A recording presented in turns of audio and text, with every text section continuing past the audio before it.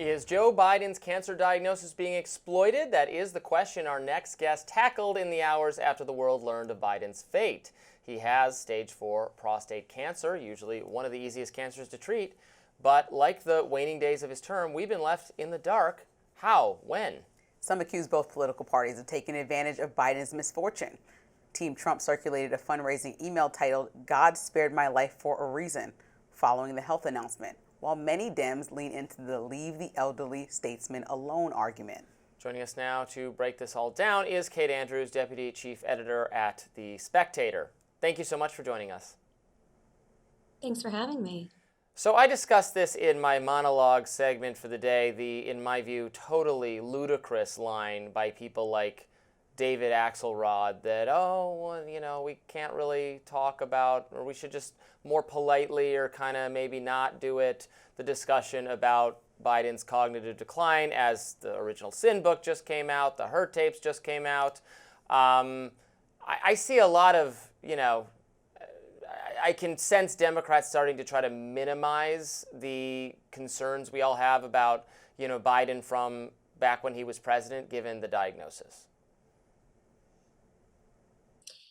Yeah, I think that's exactly right, Robbie, because there are a lot of Democrats at the moment who do not want to continue to engage in this conversation, not least because if Joe Biden is going through aggressive treatment, if he is going to be fighting what is a developing cancer, and it sounds like quite an aggressive cancer, it means that fingers are going to start to point towards other people who are younger and healthier and perhaps able to engage in this debate now, and that may include a lot of them.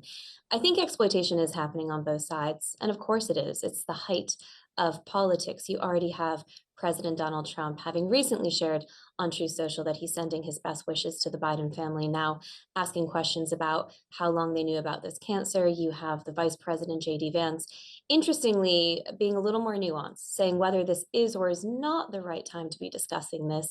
At some point, we are going to have to discuss who knew what and when. The difficulty for the Democrats, of course, is that this is not a sad but normal update about an older person, a statesman who has cancer. This is somebody who was leading the country for the past 4 years. And so it remains a very relevant debate topic, but how it's debated, I do think is going to change slightly. And as you said, there's already a movement developing largely on social media to leave Joe Biden alone. And you can certainly sympathize with it. And I do think the language is going to have to change somewhat because we know that he is currently battling cancer, but it isn't going to take away from the overall questions that the public rightly want answers to, which is whether or not the president was in the best and most fit condition to be leading the country for 4 years. And Kate, it's beneficial sometimes, right, to bring the temperature down.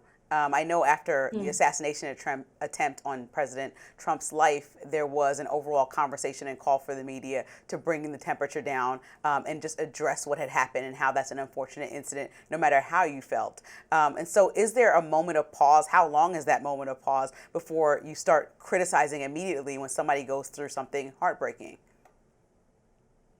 I think that's a very important point, and it's a big question as to how long people do pause for. I have seen calls from people, more traditionally on the right, including Meghan McCain, saying that this just isn't the moment to be talking about that bigger picture, and certainly not the moment to be talking about potential theories around what was really going on. Of course, when Donald Trump was shot, I wrote a piece for The Spectator saying that today we are all MAGA. That doesn't mean that you approve of MAGA. It doesn't mean that you support MAGA. It means that everybody pauses, as they did when Ronald Reagan was shot. And the doctor said to him, "Sir, today we are all Republicans." And I think you did see that outpouring, that bipartisan outpouring for the Bidens and that support. And I think that will continue into the week. My suspicion, though, given where we are in American politics right now, is that the pause isn't going to be for too long. And of course, because we do have books coming out and, much bigger pieces of work coming out on what was really happening during the Biden administration and who was involved in what does increasingly seem like a cover up to not let the public know the state of mind that the president was in when major decisions were taking place. The Biden's people and the Democrats are not really going to be able to keep the lid on this for too long. But as said, I do think the language and perhaps a little more thoughtfulness may creep into this debate. And to your point about lowering the temperature, I think that's something we should all be trying to do on a daily basis, given the state of American politics right now. So it is very important to remember the humans behind this tragedy. Cancer is a tragedy for any person or family experiencing it, and perhaps keep that in the context of still asking very legitimate questions about what was going on in the White House during the past 4 years. Yeah, I think again, I think it's perfectly possible, and more than possible, it is correct and encouraged to be respectful of Biden and his health situation and to wish him well, while not really pausing whatsoever the very apparent questions about who knew what and when. You know, the timing of this announcement, it could absolutely just be the case that it was missed and Biden found out about the cancer along the timeline that he said on, I think it was on last Friday, and then told us on Sunday, and that's perfectly appropriate if that was what happened. But the fact that it was at the time, the original Sin book is about to be released, the excerpts have just come out, the her tapes, the actual us hearing Biden's answers, and then now realizing that the characterization from his standpoint and from many Democratic defenders of him of that conversation, that Robert Hur was completely right and vindicated, if anything, was very generous and kind to him during that conversation.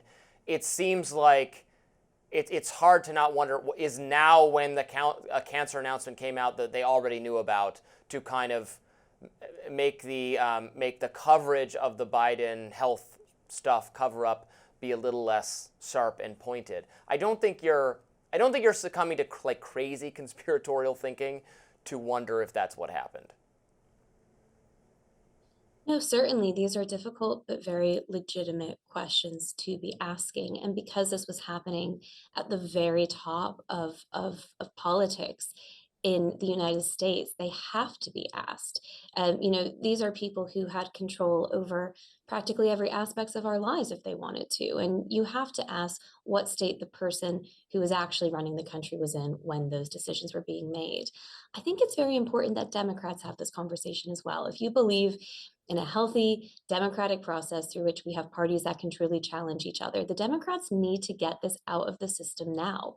They need to be figuring out what went wrong, because you have potential contenders for the presidency in the next round who we want to know what they knew when they were defending Joe Biden. I'm thinking of people like Governor Gavin Newsom.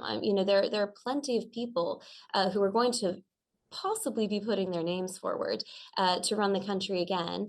And I think, they may be very curious as to what was actually going on when they were defending the former president. The public wants to know what these people knew.